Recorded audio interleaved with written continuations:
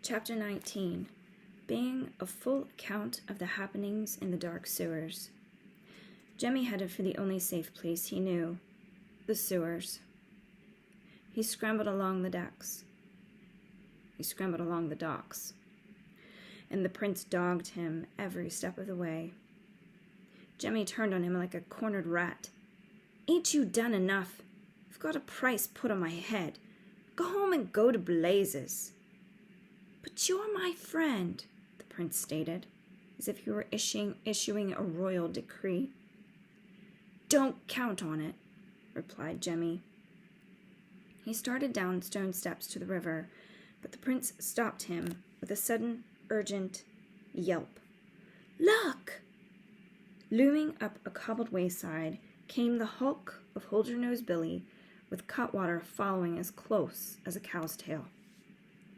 Jemmy didn't wait to be spotted, but it was too late.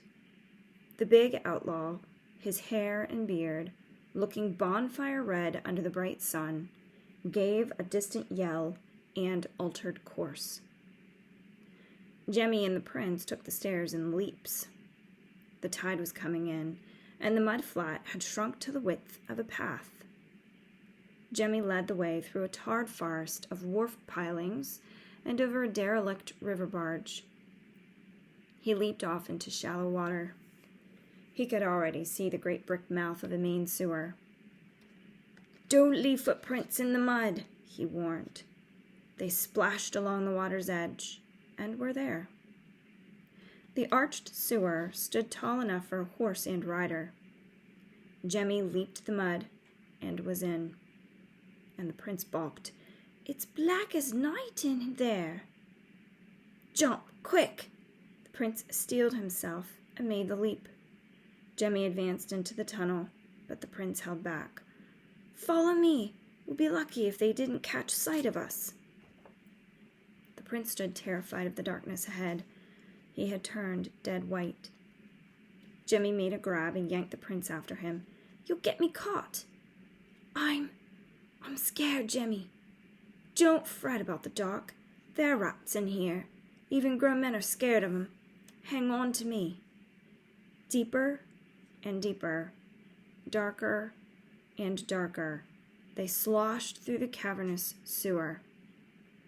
The gutters of the city overhead had dried, but old rain seeped and dripped from the glazed brick walls. Soon the mouth had receded to little more than a pinhole of light, and Jemmy stopped to catch his breath. "Blacker than a stack of black cats in here, ain't it? We should have come to another passage before long. They'll never find us. Ease off my arm. You'll break it." "Jemmy!" Hardly above a breath, the prince's voice was stiff with fear. Jemmy? Not Jemmy from the streets? Not boy? The wonder of it, Jemmy thought. Like we was old knockabout friends of the streets. "I wish I were like you," muttered the prince. Jemmy was amazed. "Like me? You're not afraid of anything." "Course I am. I'm afraid your pa'll hang me." "Not likely." Jemmy gave a small snort. "Not likely, unless you give away my hiding place down here." "Do you think I'd do that, Jemmy?" "I don't know.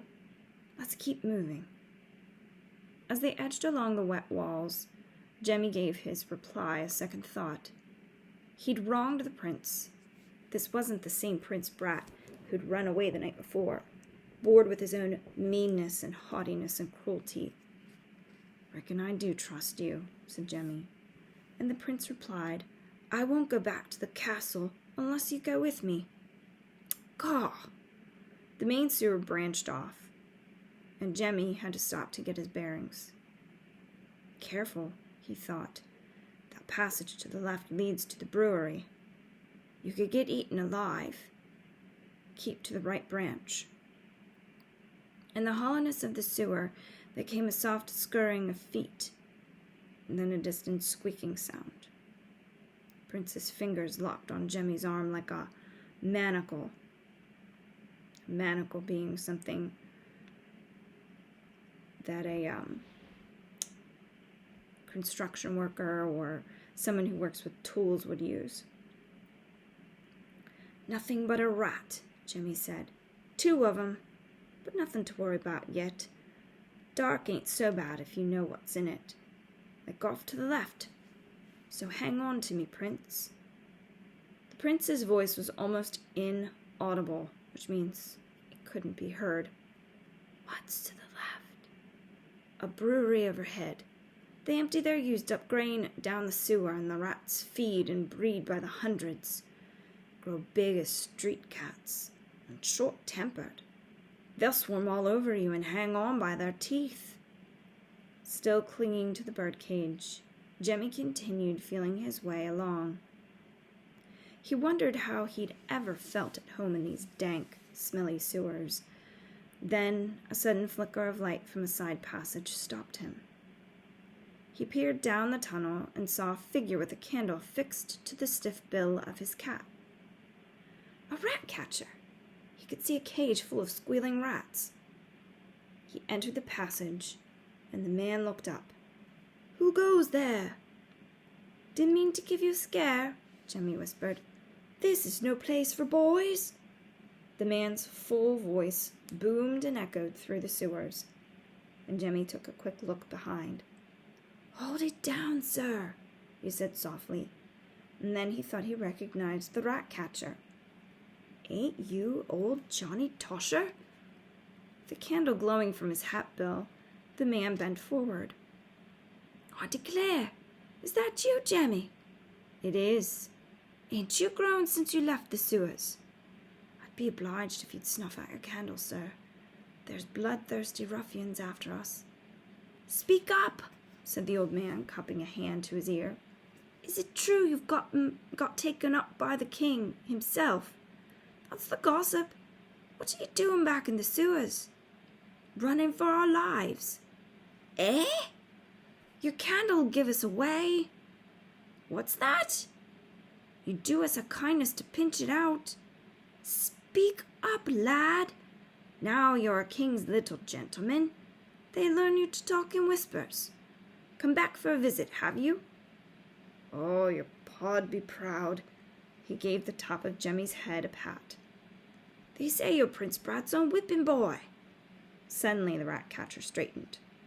"Who's there?" Looming up in the yellow glow stood an immense, hairy figure and a rattle-boned man. Jemmy's heart stopped cold. "What the blazes!" roared Hold-Your-Nose Billy. "They flummoxed us, Cutwater. That one ain't the prince. It's the other." "I heard," Cutwater cried out. "We whipped the prince himself. Worse than common murder, you said." "Aye, the king'll skin us alive by inches." "Mercy on us, but not if he don't find out." Both lurched forward to grab the boys. Jemmy swung the birdcage, knocking the candle flying.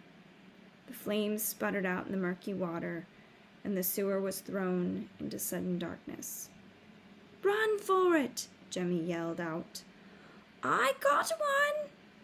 cackled Cutwater. "That's me you got!" bellowed the rat catcher. "Scurvy riffraff! Who are you?" Jemmy flattened himself against the wall and found the prince already there. He heard a splash and a curse as Hold-Your-Nose Billy must have tumbled over Cutwater and the rat catcher. In an urgent whisper, the prince asked, "Which way?" Jemmy made an instant decision. The villains might be able to run them down in the smaller side channel, back to the main sewer. He gave the prince's sleeve a quick tug, and the prince reached out for Jemmy's hand. Off they went, linked together, while the outlaws untangled themselves. "Which way did they go?" cried out Cutwater. "Listen for 'em." Jemmy froze. He didn't breathe. He waited. And he became suddenly aware of the prince's hand clasped in his own. His first impulse was to withdraw his fingers. but the prince was hanging on for dear life. It was the same as a handshake, and he remembered the prince's own words. It felt friendly and trusting. But God, the wonder of it! Shaking hands with Prince Brat.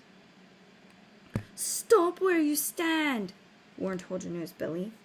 "Wherever you are, we'll catch you," added Cutwater. "You'll never make it out." "Which way is out?"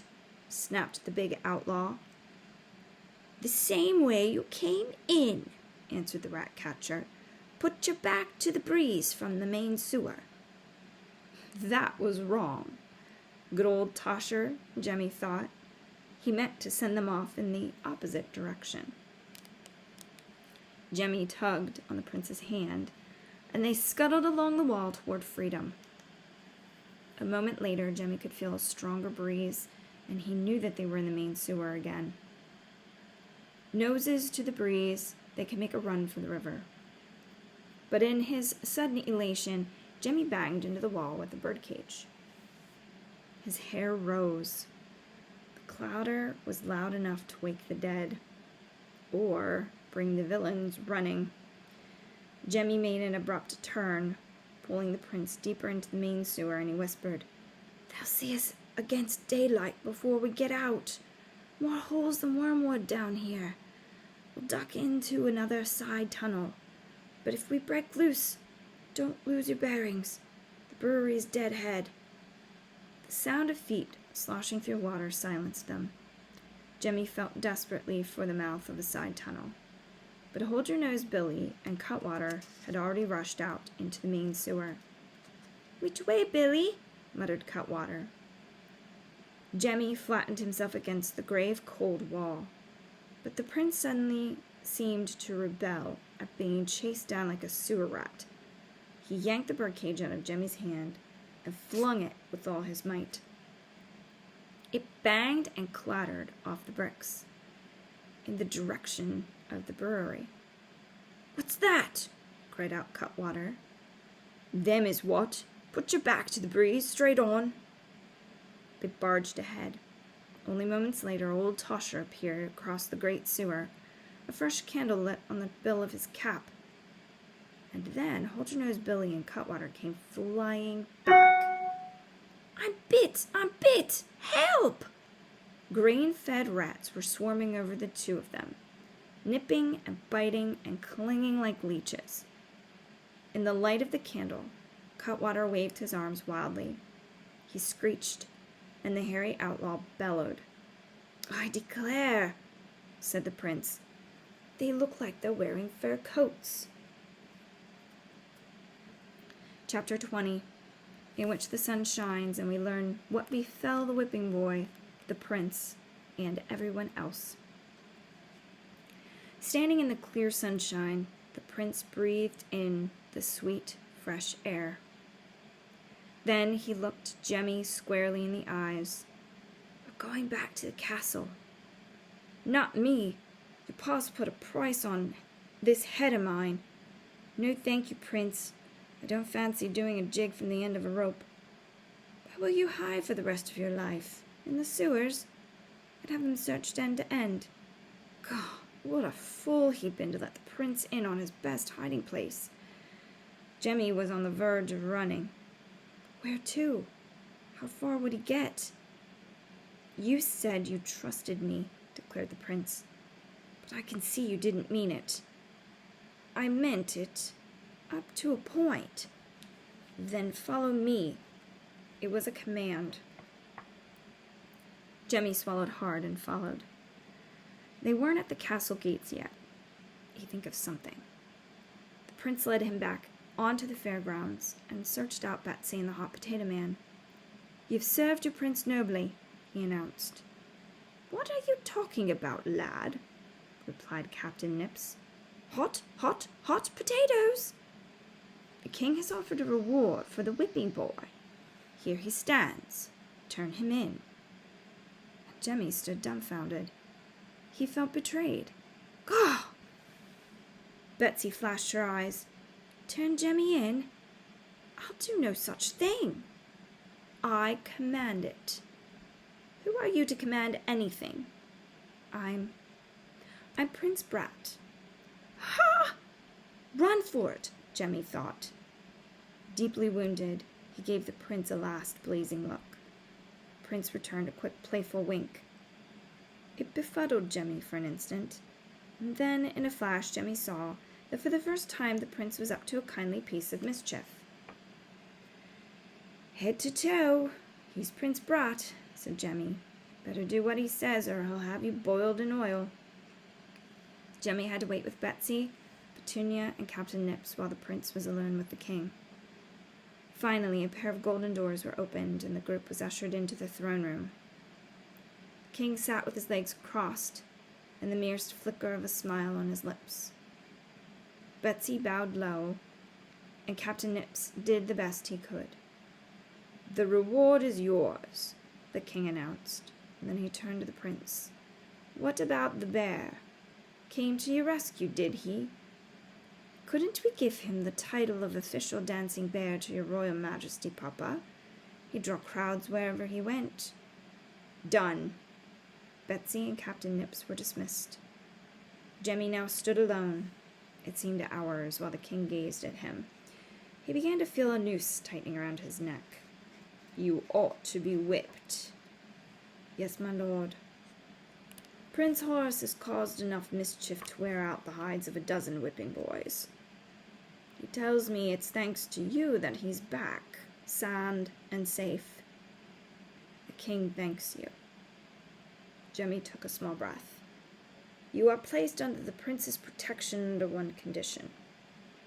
He has sworn to do his lessons, blow out his night candle, and to otherwise behave himself. Jemmy's eyes flicked to the prince. Gah, he thought. He must want me for a friend awful bad to promise all that. So help me. If it's a friend you ran off looking for, it's a friend you found. Dismissed, both of you, said the king. But do change out of those smelly clothes. Retreating toward the golden doors, the prince beside him, Jemmy felt a sparkle rise into his eyes. You got me off without so much as a single whack, he whispered. I couldn't bear all the yowling and bellowing. I wouldn't yowl and bellow. But I would, Jemmy. And Jemmy caught the twinkle in his eyes. Almost at the doors, they were stopped by the king's voice. One more thing. The king broke into a smile you could warm your hands over. If you boys decide to run away again, take me with you. In the days that followed, ballad sellers began to cry out new and final verses to the notorious life of Hold-Your-Nose Billy and his partner, Cutwater. An old rat catcher had seen them flee from the sewer, and he'd seen them stow away aboard a ship, raising its sails for a long voyage. It was a convict ship bound for a speck of an island in distant waters. A convict island. A convict is someone who's a criminal, and oftentimes they would be sent to very small islands so that they couldn't take advantage of other people in the towns. Note, readers often write to ask if a story is true. While this tale is a work of imagination, the most surprising part of it is that it is true. Some royal households of past centuries did keep whipping boys to suffer the punishments due to a misbehaving prince. History is alive with lunacies and injustices. As Jemmy would say, gaw! A lunacy is something crazy, and injustice is something unfair. And that is the end of Sid Fleischman's The Whipping Boy.